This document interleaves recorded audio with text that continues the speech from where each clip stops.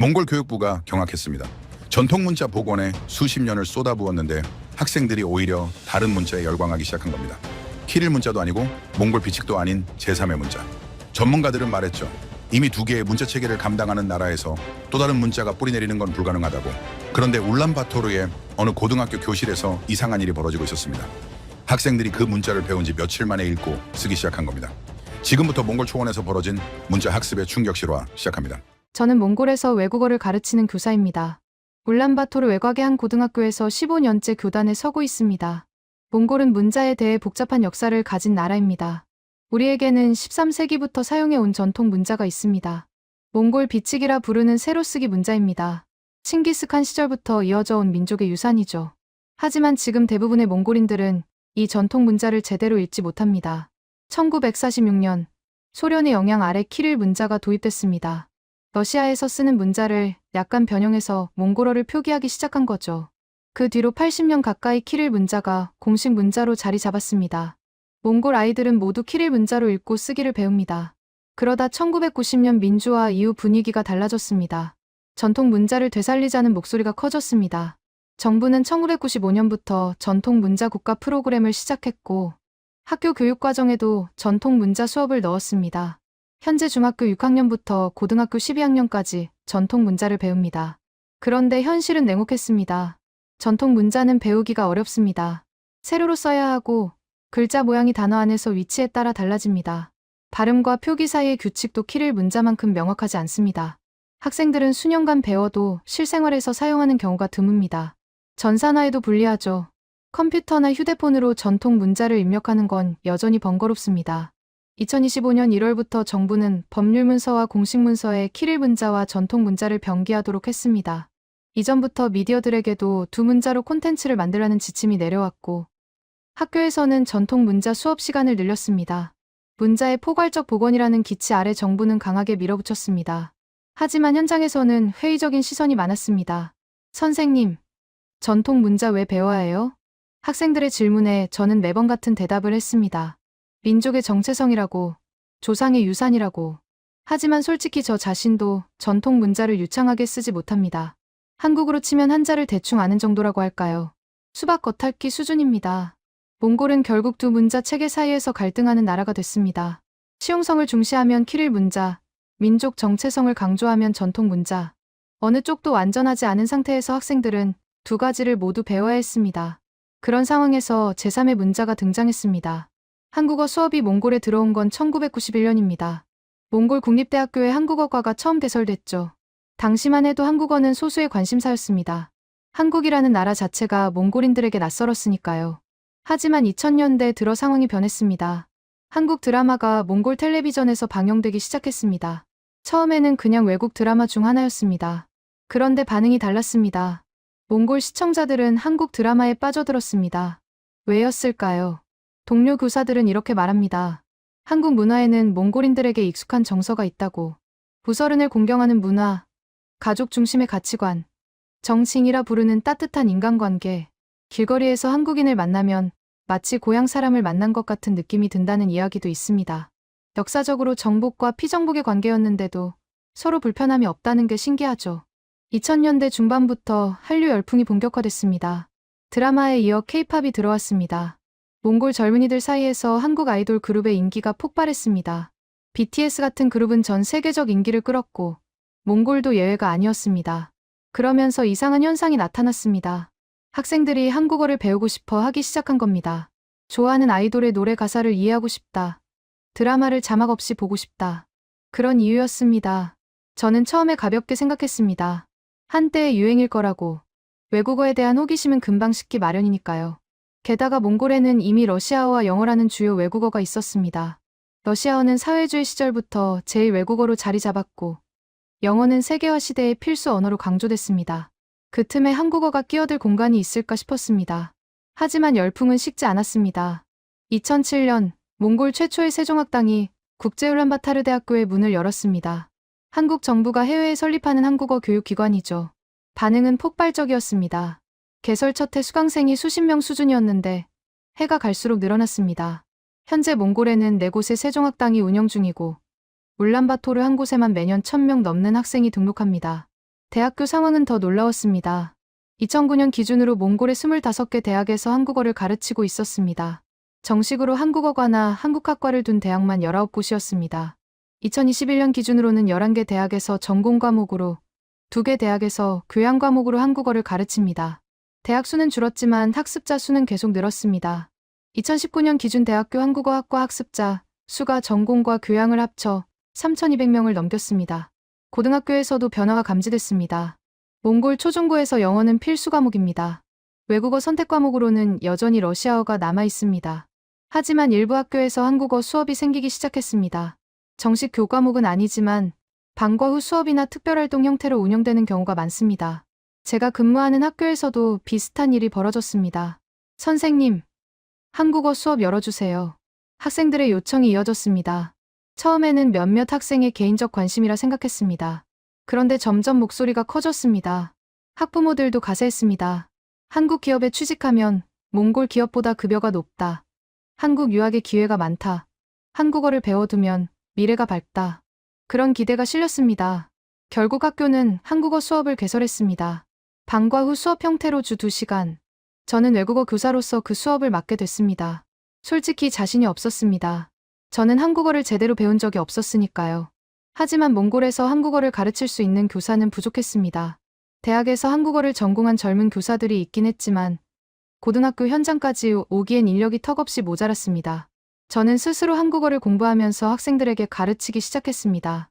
기본 회화, 기본 문법, 그리고 문자. 바로 그때 저는 이상한 점을 발견했습니다. 학생들이 한글을 너무 빨리 익히고 있었습니다. 제가 키릴 문자를 처음 배웠을 때의 기억이 있습니다. 33개의 글자를 외우는데 시간이 꽤 걸렸습니다. 비슷하게 생긴 글자들이 많아서 헷갈렸죠. 전통 문자는 더했습니다. 학교에서 수년간 배웠지만 여전히 완벽하지 않습니다. 그런데 한글은 달랐습니다. 학생들은 며칠 만에 모든 글자를 익혔습니다. 읽기 연습을 시작한 지 일주일도 안 돼서 간단한 단어를 읽어냈습니다. 쓰기도 마찬가지였습니다. 글자 모양을 금방 따라 그렸고 조합 규칙을 빠르게 이해했습니다. 저는 의아했습니다. 이게 가능한 일인가? 동시에 저 안에서 경계심이 일어났습니다. 몽골은 이미 2개의 문자 체계로 혼란을 겪고 있습니다. 키릴 문자와 전통 문자 사이에서 갈팡질팡하는 상황에서 또 다른 문자가 학생들의 마음을 사로잡고 있다니. 저는 오만했습니다. 그건 그저 유행이라고, 한때의 열풍이라고 생각했습니다. 학생들은 케이팝에 빠져서 한국어를 배우는 것일 뿐, 곧 흥미를 잃을 거라고 확신했습니다. 언어를 배우는 건 쉬운 일이 아닙니다. 외국어를 제대로 익히려면 수년간의 노력이 필요합니다. 문자만 안다고 언어를 할 수 있는 게 아니니까요. 하지만 저의 확신은 흔들리기 시작했습니다. 학생들의 한글 학습 속도가 예상을 뛰어넘었기 때문입니다. 그리고 더 이상한 일이 벌어졌습니다. 한글을 배운 학생들이 한국어 학습을 포기하지 않았습니다. 오히려 더 깊이 파고들었습니다. 무언가 다른 게 있었습니다. 저는 아직 그게 뭔지 몰랐습니다. 그 답을 찾기까지 시간이 좀 더 필요했습니다. 저는 학생들의 열풍을 한때의 유행으로 치부했습니다. K-팝 좋아하는 10대들의 변덕이라고요. 하지만 한 학기가 지나도 수업을 그만두는 학생이 없었습니다. 오히려 신청자가 늘었습니다. 이상했습니다. 몽골 학생들은 원래 외국어에 큰 흥미가 없습니다. 영어는 필수니까 억지로 배우고 러시아어는 부모 세대의 언어라 거부감이 있습니다. 전통 문자 수업은 말할 것도 없죠. 시험에 나오니까 공부하는 거지 진심으로 좋아서 배우는 학생은 드뭅니다. 그런데 한국어 수업만은 분위기가 달랐습니다. 학생들이 수업 시간 전에 미리 와서 자리를 잡았습니다. 수업이 끝나도 질문을 하러 남았습니다. 숙제를 안 내도 스스로 연습해왔습니다. 15년 교직 생활에서 처음 보는 광경이었습니다. 저는 불편했습니다. 왜냐하면 제가 가르치는 다른 과목에서는 그런 열정을 본 적이 없었기 때문입니다. 같은 외국어인데 왜 유독 한국어에만 저렇게 빠져드는 걸까요? 한류 때문이라고 치부하기엔 무언가 석연치 않았습니다. 어느 날 수업 중에 학생이 물었습니다. 선생님, 한글은 왜 이렇게 쉬워요? 저는 대답하지 못했습니다. 솔직히 저도 궁금했거든요. 저는 문자 교육을 담당하면서 각 문자 체계의 특성을 어느 정도 알고 있었습니다. 키일 문자는 33개의 글자로 이루어져 있습니다. 각 글자가 하나의 소리를 나타내죠. 규칙이 비교적 명확해서 몇 주면 읽기가 가능합니다. 전통 문자는 다릅니다. 모음 7자, 자음 17자로 구성되지만 문제는 형태입니다. 글자 모양이 단어 안에서 위치에 따라 달라집니다. 어두, 어중, 어미에서 다르게 생겼습니다. 세로로 써야 하고 발음과 표기 사이의 불일치도 있습니다. 몽골 학생들조차 수년간 배워도 능숙해지기 어렵습니다. 그런데 한글은 양쪽과 다른 특성이 있었습니다. 저는 한글에 대해 조사하기 시작했습니다. 인터넷에서 자료를 찾고 한국어 교육 관련 서적도 구했습니다. 그리고 흥미로운 개념을 발견했습니다. 자질문자, 영국의 언어학자가 만든 용어였습니다. 글자의 모양이 그 소리의 특징을 반영하는 문자 체계를 뜻합니다. 세계 문자 역사에서 음소문자보다 더 발달한 단계로 분류됩니다. 그리고 그 대표적인 예시가 바로 한글이었습니다. 한글의 자음은 발음할 때 혀와 입술의 모양을 본떠 만들어졌습니다. 기역은 혀뿌리가 목구멍을 막는 모양, 이은은 혀끝이 위신몸에 닿는 모양, 거기에 획을 더하면 더 센 소리가 됩니다. 기역에 획을 더하면 키읔, 이은에 획을 더하면 디귿, 다시 획을 더하면 티읕. 규칙이 있었습니다. 모음도 마찬가지였습니다.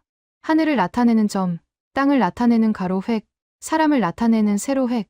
이 세 가지 기본 요소의 조합으로 모든 모음이 만들어집니다. 저는 깨달았습니다. 학생들이 한글을 빨리 익힌 이유가 여기 있었습니다. 글자를 외우는 게 아니라 규칙을 이해하면 됐던 겁니다. 암기가 아닌 논리. 그래서 며칠 만에 읽고 쓰기가 가능했던 거죠. 하지만 저는 인정하고 싶지 않았습니다. 한글이 우수하다는 걸 인정하면 우리 전통 문자의 가치가 떨어지는 것 같았습니다. 몽골 비칙은 800년의 역사를 가진 문자입니다. 칭기스칸 시절부터 이어져 온 민족의 유산입니다. 그런데 겨우 600년 전에 만들어진 외국 문자가 더 과학적이라니요. 저는 학생들에게 말했습니다. 한글이 쉬운 건 사실이지만 언어는 문자만으로 되는 게 아니에요. 한국어 문법은 복잡하고 어휘도 방대해요. 문자를 익혔다고 언어를 아는 게 아닙니다. 학생들은 고개를 끄덕였습니다. 하지만 눈빛은 변하지 않았습니다. 그리고 몇 주 뒤 예상치 못한 일이 벌어졌습니다. 한 학생이 한국어 능력 시험에 응시하겠다고 선언한 겁니다.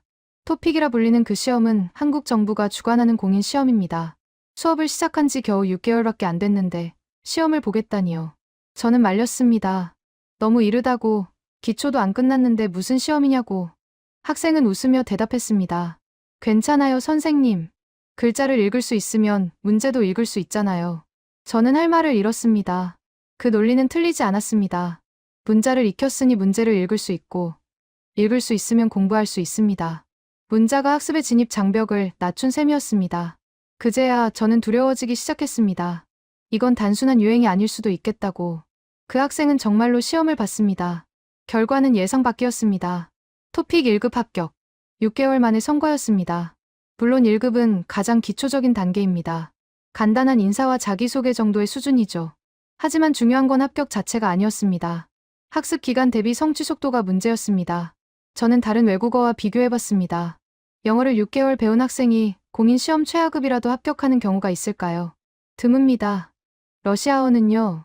몽골인에게 러시아어는 상대적으로 익숙한 언어인데도 그 정도 속도는 힘듭니다. 그런데 한국어는 달랐습니다. 소문이 퍼졌습니다. 다른 학생들도 시험에 관심을 보이기 시작했습니다. 한 명의 성공이 10명의 도전을 불렀습니다. 방과 후 수업 신청자가 급증했습니다. 교실이 좁아서 수용이 안 될 지경이었습니다. 저는 당황했습니다.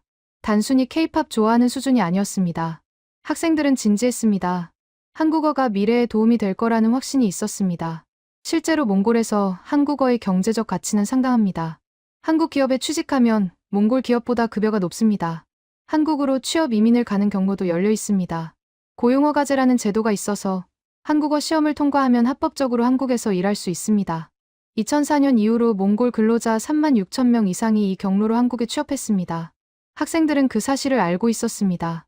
그들의 형이나 누나, 삼촌이나 이모 중에 한국에서 일하고 돌아온 사람이 있었습니다. 그 가족들은 몽골에서보다 훨씬 많은 돈을 벌어왔습니다.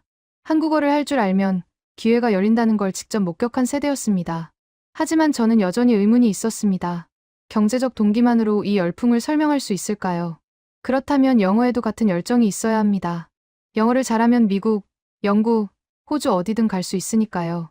그런데 학생들은 영어 수업에서 이런 눈빛을 보여준 적이 없습니다. 차이는 문자에 있었습니다. 영어 알파벳은 26자입니다. 익히기 어렵지 않죠. 하지만 영어 발음과 철자 사이에는 규칙이 복잡합니다.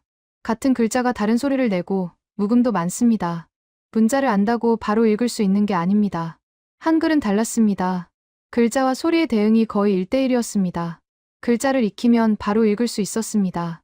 읽을 수 있으면 따라 말할 수 있었습니다. 그 즉각적인 성취감이 학습 동기를 강화했습니다. 저는 수업 방식을 바꿔봤습니다. 원래는 회화 중심으로 가르쳤습니다. 인사말, 자기소개, 간단한 문장 따라하기. 그런데 학생들의 반응을 보니 문자 학습에서 가장 큰 성취감을 느끼는 것 같았습니다. 그래서 문자 교육 시간을 늘렸습니다. 결과는 놀라웠습니다. 학생들은 문자를 완전히 익힌 뒤에 스스로 학습을 확장했습니다. 한국 노래 가사를 찾아서 읽었습니다.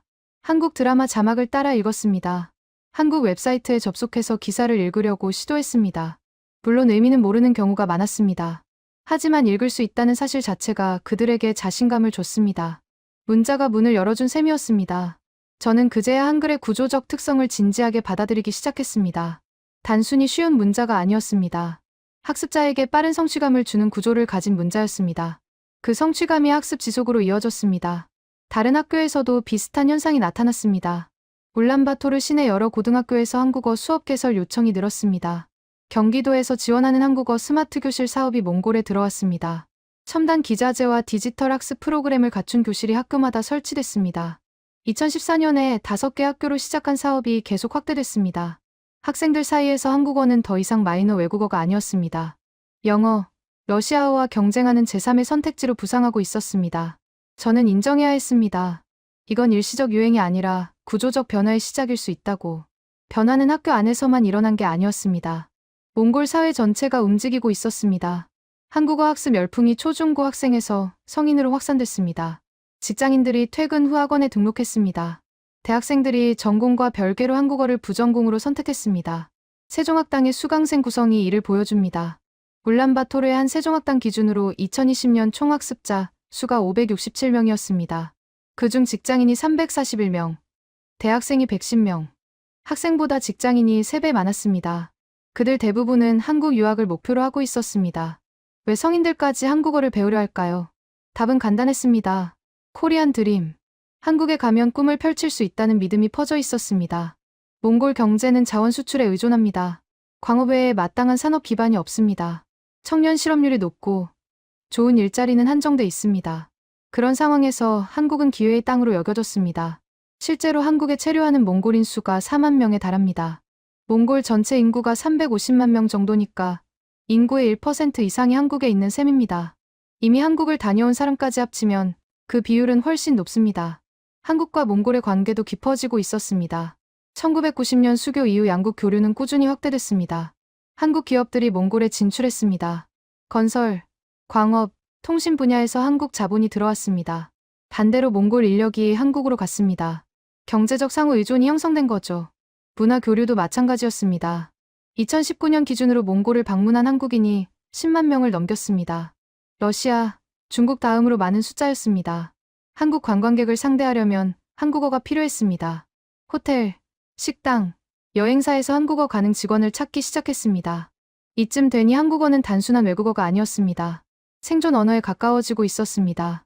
한국어를 하면 취업이 되고 못하면 기회가 줄어드는 구조. 학생들이 열심히 배우는 이유가 여기 있었습니다. 하지만 저는 여전히 불편했습니다. 몽골의 정체성은 어디로 가는 걸까요? 전통 문자 복원에 수십 년을 쏟아부은 정부의 노력은요. 킬 문자와 전통 문자 사이에서 이미 혼란을 겪고 있는데 거기에 한글까지 가세한다면 어떻게 될까요? 저는 동료 교사들과 이야기를 나눴습니다. 의견이 갈렸습니다. 한쪽에서는 걱정했습니다. 외국 문화에 너무 빠져드는 거 아니냐고. 젊은 세대가 자국 문화보다 한국 문화를 더 좋아하는 현상이 건강하지 않다고. 다른 쪽에서는 현실적으로 봐야 한다고 했습니다. 세계화 시대에 외국어 하나 더 배우는 게 나쁠 건 없다고. 경제적 기회가 늘어나는 건 좋은 일이라고. 저는 중간 어디쯤에 있었습니다. 한국어 열풍 자체를 막을 수는 없었습니다. 이미 흐름이 만들어졌으니까요. 하지만 그 흐름 속에서 무언가 잃어버리는 건 아닌지 걱정됐습니다. 그러던 중 예상치 못한 소식이 들려왔습니다. 한국 정부와 관련 기관들이 몽골 한국어 교육을 더 적극적으로 지원하기로 했다는 겁니다. 세종학당 확대, 교사 연수 프로그램 강화, 교재 개발 지원, 한국어 교육의 인프라가 체계적으로 구축되기 시작했습니다. 동시에 몽골 내 분위기도 달라졌습니다. 일부 학교에서 한국어를 정규 선택 과목으로 검토하기 시작했습니다. 아직 공식 채택은 아니지만 논의가 시작된 거죠. 영어와 러시아어 외에 제3의 외국어로 한국어가 거론되고 있었습니다. 저는 깨달았습니다. 이건 단순히 학생들의 취향 문제가 아니었습니다. 국가 간 교육 협력, 경제 관계, 문화 교류가 얽힌 복합적인 현상이었습니다. 개인의 호기심에서 시작한 학습이 사회 구조적 변화로 이어지고 있었습니다. 그리고 그 중심에 한글이 있었습니다. 배우기 쉬운 문자가 진입 장벽을 낮췄고, 낮아진 장벽이 학습자 수를 늘렸고, 늘어난 학습자가 수요를 만들었고, 수요가 인프라 확대로 이어졌습니다. 선순환이 형성된 겁니다. 저는 처음으로 질문을 던졌습니다. 한글의 구조적 특성이 이 모든 것의 출발점이었다면 그 특성은 정확히 무엇일까? 왜 다른 문자에서는 이런 일이 일어나지 않았을까? 답을 찾아야 했습니다. 저는 한글의 구조를 파고들기 시작했습니다. 단순히 쉽다는 말로는 부족했습니다. 왜 쉬운지, 어떻게 쉬운지를 알아야 했습니다. 그래야 학생들에게 제대로 가르칠 수 있으니까요. 자료를 찾다가 핵심 개념을 발견했습니다. 한글은 발음 기관의 모양을 본떠 만들어졌습니다. 자음 기본자 5개가 있습니다. 기역, 이은, 미음, 시옷, 이응, 각각혀, 입술, 이, 목구멍의 형태를 반영합니다. 기역은 혀뿌리가 목구멍을 막는 모양입니다. 니은은 혀끝이 위심몸에 닿는 모양입니다. 미음은 입술이 담은 모양입니다. 시옷은 이의 모양입니다.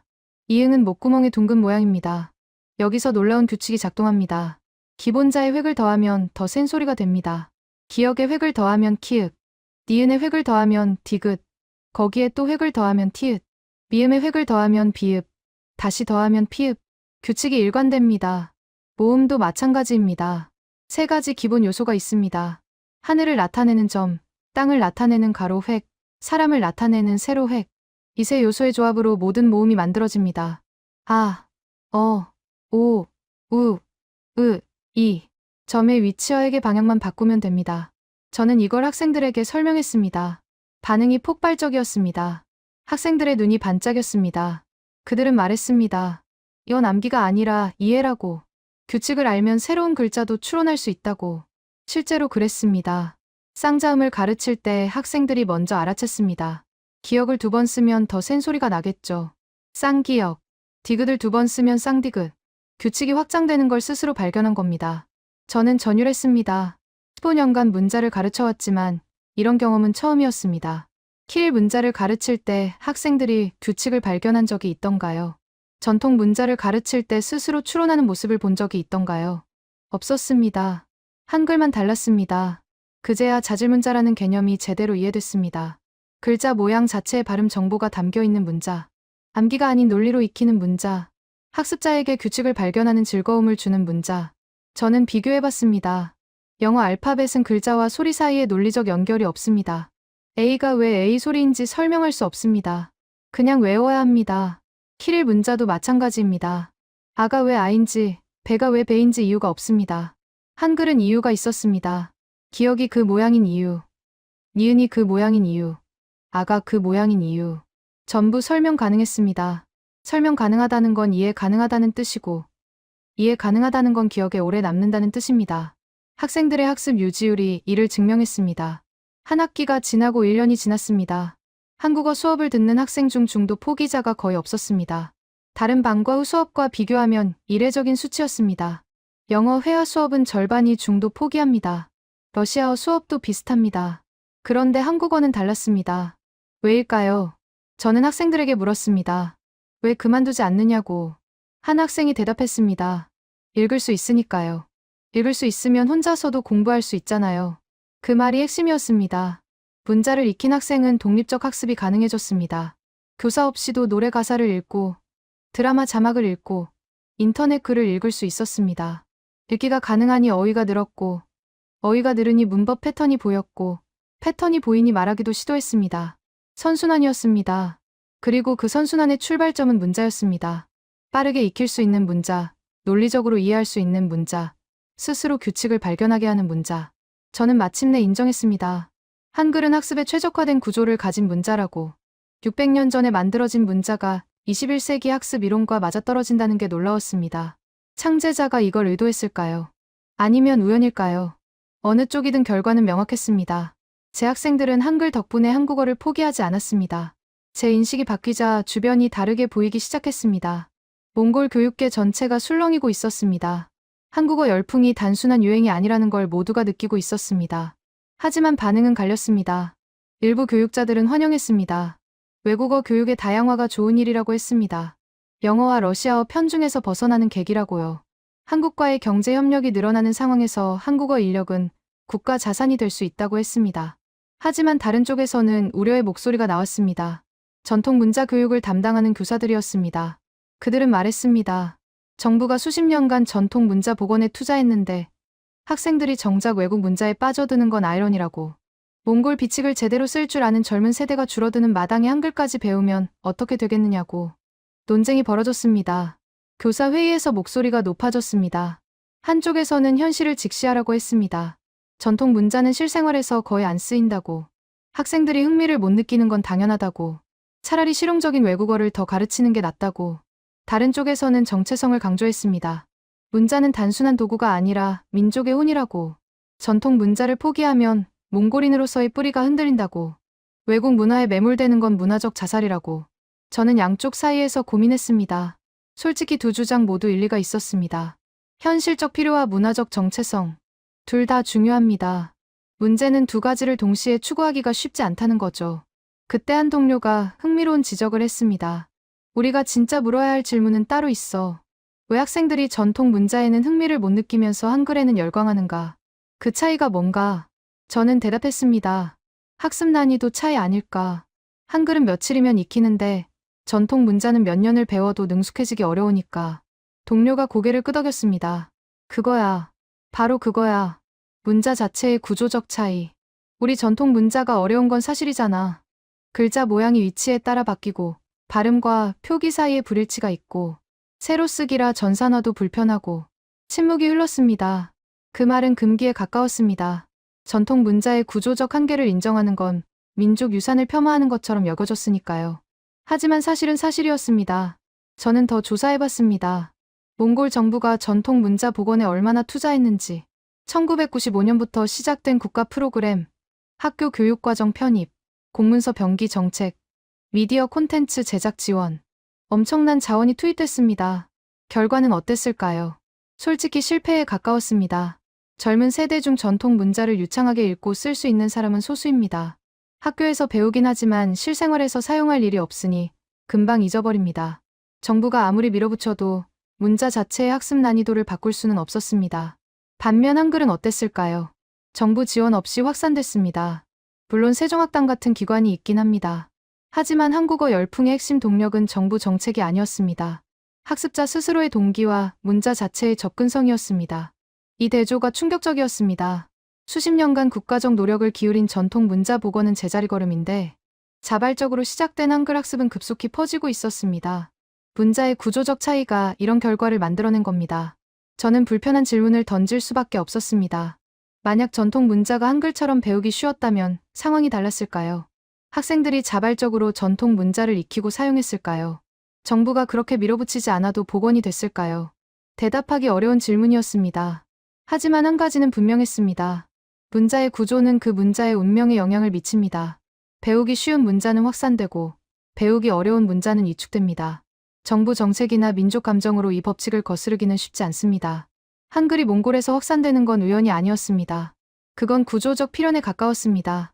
저는 태도를 바꾸기로 했습니다. 한글에 대한 경계심을 내려놓았습니다. 객관적으로 보자고 스스로에게 말했습니다. 우수한 건 우수하다고 인정하자고. 그게 몽골 문자를 폄하하는 게 아니라고. 수업 방식을 전면 수정했습니다. 이전까지는 한글을 단순히 한국어 학습의 도구로 가르쳤습니다. 글자를 외우고 조합하는 기술적 접근이었죠. 하지만 이제는 달랐습니다. 한글의 창제 원리부터 설명하기 시작했습니다. 학생들에게 말했습니다. 한글은 600년 전에 만들어진 문자야. 당시 왕이 백성을 위해 만들었어. 글을 모르는 사람들이 쉽게 배울 수 있도록 설계한 거지. 학생들이 물었습니다. 어떻게 쉽게 만들었어요? 저는 설명했습니다. 발음 기관의 모양을 본떴다는 것, 규칙적인 가획 원리가 있다는 것, 기본 요소의 조합으로 모든 글자가 만들어진다는 것. 학생들은 집중해서 들었습니다. 그리고 비교를 했습니다. 우리 몽골 전통 문자는 어때? 칭기스칸 시절부터 쓰인 문자야. 역사가 더 길지. 하지만 구조가 달라. 글자 모양이 단어 안에서 위치에 따라 바뀌잖아. 그래서 배우기가 어렵지. 학생 하나가 손을 들었습니다. 선생님, 그럼 한글이 더 좋은 문자예요? 저는 잠시 생각했습니다. 좋고 나쁨의 문제는 아니야. 목적이 다른 거지. 한글은 처음부터 배우기 쉽게 설계됐어. 전통 문자는 그런 목적으로 만들어진 게 아니야. 오랜 세월 자연스럽게 발전한 문자니까. 학생이 다시 물었습니다. 그래도 배우기 쉬운 게 더 좋은 거 아니에요? 저는 웃었습니다. 그건 내가 판단할 문제야. 다만 기억해. 문자는 도구야. 도구는 목적에 따라 평가해야 해. 한글은 학습 도구로서 뛰어나. 하지만 우리 전통 문자는 역사와 정체성을 담고 있어. 둘 다 가치가 있어. 수업이 끝난 후 저는 생각에 잠겼습니다. 제가 한 말이 진심이었을까요? 아니면 민족주의적 변명이었을까요? 솔직히 확신이 없었습니다. 하지만 한 가지는 분명했습니다. 한글의 구조적 우수성을 인정한다고 해서 몽골인으로서의 자부심이 사라지는 건 아니었습니다. 오히려 시야가 넓어졌습니다. 저는 문자에 대해 더 깊이 생각하게 됐습니다. 문자란 무엇인가? 왜 어떤 문자는 확산되고 어떤 문자는 사라지는가? 문자의 구조가 그 문자의 운명을 결정하는가?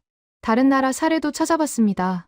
터키는 2018년부터 초중고에서 한국어를 제2 외국어로 가르치기 시작했습니다. 베트남, 필리핀, 태국 등 여러 나라에서 한국어 교육이 확대되고 있었습니다. 한글의 학습 용이성이 이 확산에 기여했다는 분석도 있었습니다. 몽골만의 현상이 아니었습니다. 전 세계적으로 한국어 학습자가 늘고 있었고 그 출발점에는 한글이 있었습니다.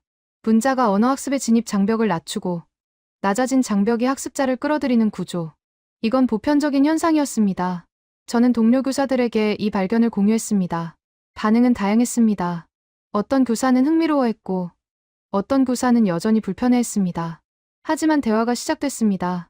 한글에 대한 감정적 반발에서 벗어나 객관적 분석으로 넘어가는 분위기가 형성됐습니다. 한 선배 교사가 말했습니다. 결국 우리가 배울 게 있는 거 아닌가. 한글이 왜 배우기 쉬운지 분석해서 우리 전통 문자 교육에 적용할 수 있는 부분이 있는지 찾아보면 어떨까. 좋은 제안이었습니다.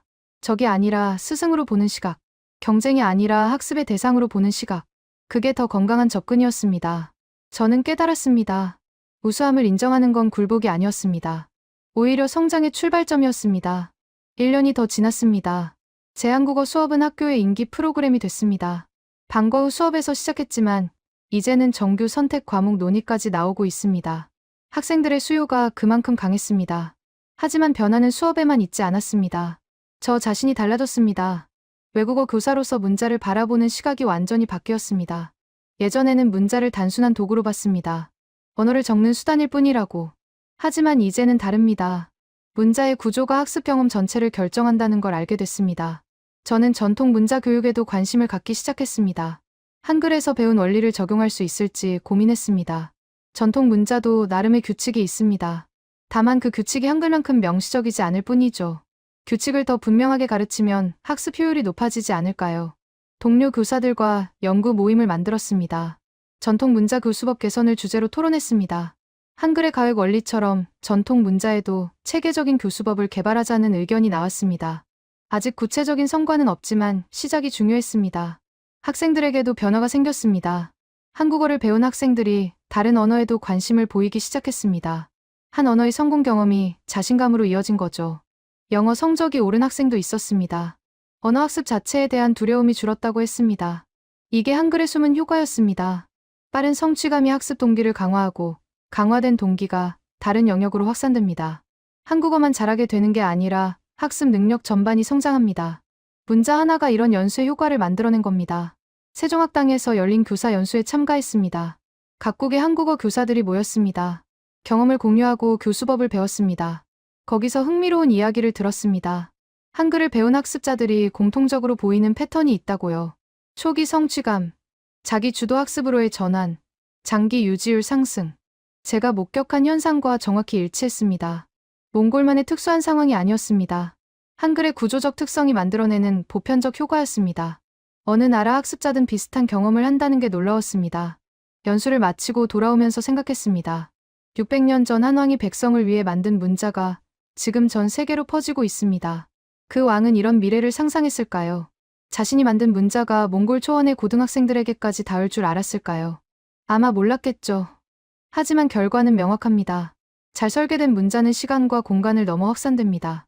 학습자에게 성취감을 주는 구조, 논리적으로 이해 가능한 체계, 규칙의 일관성. 이런 요소들이 문자의 생명력을 결정합니다. 저는 이제 한글을 두려워하지 않습니다. 오히려 감사합니다. 한글 덕분에 문자의 본질에 대해 깊이 생각하게 됐으니까요. 교육자로서 한 단계 성장했다고 느낍니다. 제 학생들도 마찬가지입니다. 그들은 한국어를 배우면서 학습의 즐거움을 알게 됐습니다. 이건 위협이 아니라 기회였습니다. 몽골과 한국, 두 나라의 문자가 한 교실에서 만났습니다. 경쟁이 아니라 공존의 방식을 찾아가고 있습니다. 학생들은 한글을 배우면서도 전통 문자의 가치를 잊지 않습니다. 둘 다 배울 수 있습니다. 둘 다 소중합니다. 결국 이건 학습을 통해 유지되고 재평가된 문자 변화였습니다. 한글이 몽골에 들어와서 우리의 시야를 넓혔습니다. 우리는 그 경험에서 배웠고 그 배움을 우리 문자 교육에 적용하려 합니다. 이게 진정한 문화 교류 아닐까요? 받아들이고 배우고 성장하는 것. 저는 내일도 교실에 섭니다. 한글을 가르치면서 동시에 배웁니다. 학생들과 함께 성장합니다. 그게 교사의 삶입니다.